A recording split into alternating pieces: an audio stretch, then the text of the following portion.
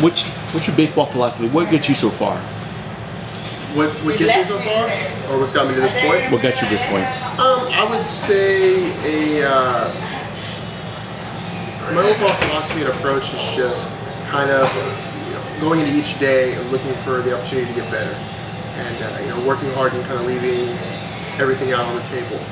I know those are a lot of cliches, but when you're grinding every day, and when you play every day, and you play something that's failure-based, you have to sort of get lost in the process. So for me, it's about coming to the yard every day, having a goal, concentrating on that attainable goal, and then trying to enjoy the ball games. Copy that. Now it seems at times guys that get drafted in the first round are later getting passed up by guys drafted in the 50th round. Why does that happen? Well, I think that there's definitely a reason why you get drafted high. Someone in an organization sees some potential or some ability, but not unlike most drafts, but especially in the baseball draft, that prospect, that evaluation that we're going to be 4 or 5 years down the road is not ironclad. Especially when you're taking high school kids, college kids transitioning from metal bats to wood bats, and how they develop from 18, 19-year-old kids to 25, 26, 27-year-old men. So in that process, guys take leaps, guys take step backs, there's injuries. So I think that's why you see so much variance between a kid being taken in the first round and a kid in the 5th round. Okay. Now spring training, every team brings in more guys. They sign free agents, they draft people just to compete with you at major league level. How do you approach that? I think the best way to approach that is just doing the best you can personally do. I mean, it is a competition-based system. I mean, you're coming in and you're fighting for jobs, whether it be at the big league level, AAA level, AA level. It's all based on your performance, but at the end of the day, you can't really worry about who they bring in or what happens. You just kind of have to be the best product you can be. And I think that's what we're all trying to be. Trying to be the best version of ourselves, and hopefully whoever makes those decisions sees that and decides that that's what's going to help them at whatever level they choose to place you at. So be the best product you can be, compete to your fullest, and hopefully that'll be enough. If not, evaluate where you're lacking and get better at it. You talk about baseball being a failure sport. There's injuries, in the organization you go up and down the levels. Has there been a time yet did you want to quit baseball? Quit?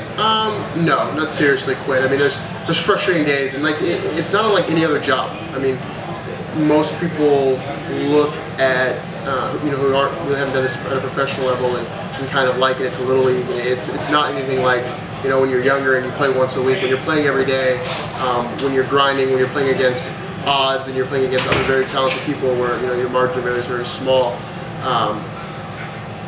Yeah, there are days when you get frustrated and times when you think, wow, how am I ever going to make it? This is such a daunting task. But, I'm not much of a quitter. I never really have been. And, as long as I feel healthy enough and feel like I have the opportunity to continue to get better, the opportunity to kind of progress and move forward, I'm more focused on what I can do today to get better. What about the fans, people yelling and screaming at you? How do you handle that? That's not a big deal at all. I mean, that's you kind of been going through that forever, and it's funny. I mean, most fans are just there just trying to blow off steam. That's why it's a sport. That's why guys get paid to do this very, very well. It's because people get excited. People have passion about what we do. Even in the minor league level, minor league levels, people are excited about what's next, what's going to happen, or even just how to forget their day.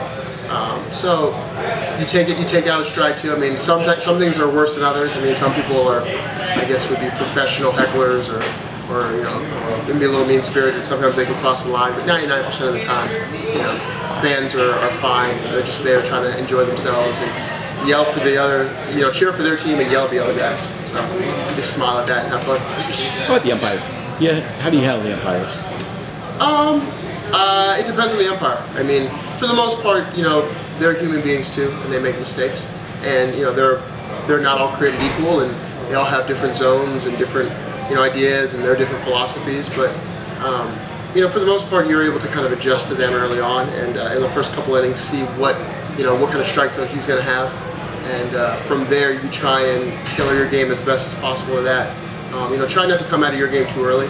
But when you get to 2 strikes, if a guy likes to call, a particular pitcher strike, that might stay in the back of your head, and you might, expand a little bit in ways you wouldn't otherwise. And that just depends on the guy, and depends on the situation, and depends on your personal skill set. So, they're part of the game. You just gotta do what you gotta do. Now, do you read the sports pages or Baseball America where they rank you in the top and the prospects and organization stuff like that? No, not during the season.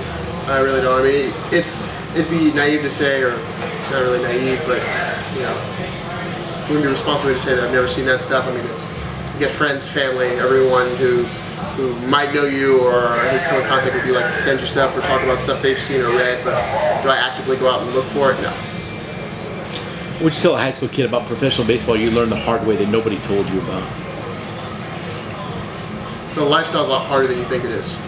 And I think that I'm very, very happy and blessed that I went to college. I wouldn't have traded anything in the world for it. Especially when you talk about extended spring training and some of those, that's tough. That's tough sledding for an 18-year-old kid to come into sort of I guess an abated adult world, but it's a lot different than you think it would be. And it's not the same game, so you kind of have to learn all that on the fly as a kid. And I think going through college and kind of having those stresses, but with other kids, and being able to live the college lifestyle and continue your education and grow up and learn about the world and the college environment was priceless. So I would suggest every kid to go to college. Obviously, if you're paid boatloads of money, it's hard to turn that down. Especially if your family needs it. But under any other circumstances, I would say the lifestyle's a lot harder than you think, and enjoy being a child. Anything else about baseball that nobody asked you before you'd want to tell somebody? I think one of the things that isn't really espoused to young people in general, and it has to do with life, is that you can do everything right and work as hard as you can and still not get exactly what you want. So I would say do not get lost in glory or fantasy, because when you're 12 or 13, 13, 14, 15, all you think about is everything kind of going your way. And I don't want to take that away from anyone. You should have big dreams, big goals, but at the same time, I think as you get older and you get into pro ball, like I said, taking pride in the way you do things, taking pride in the hard work that you put in, taking pride in the way you play the game, and taking pride in your own honesty, being honest to yourself and very truthful to who you are, will serve you in the long run. You're going to make it or you're not going to make it. You're going to be good enough or you're not going to be good enough. You're going to catch the right break at the right time or you're not. But I think if you step outside of yourself, your own truth, your own who you want to be, I think you'll be disappointed in the long end. And I think I would say, find out who you are and stick to it and work your butt off, and things will work out the way they're supposed to.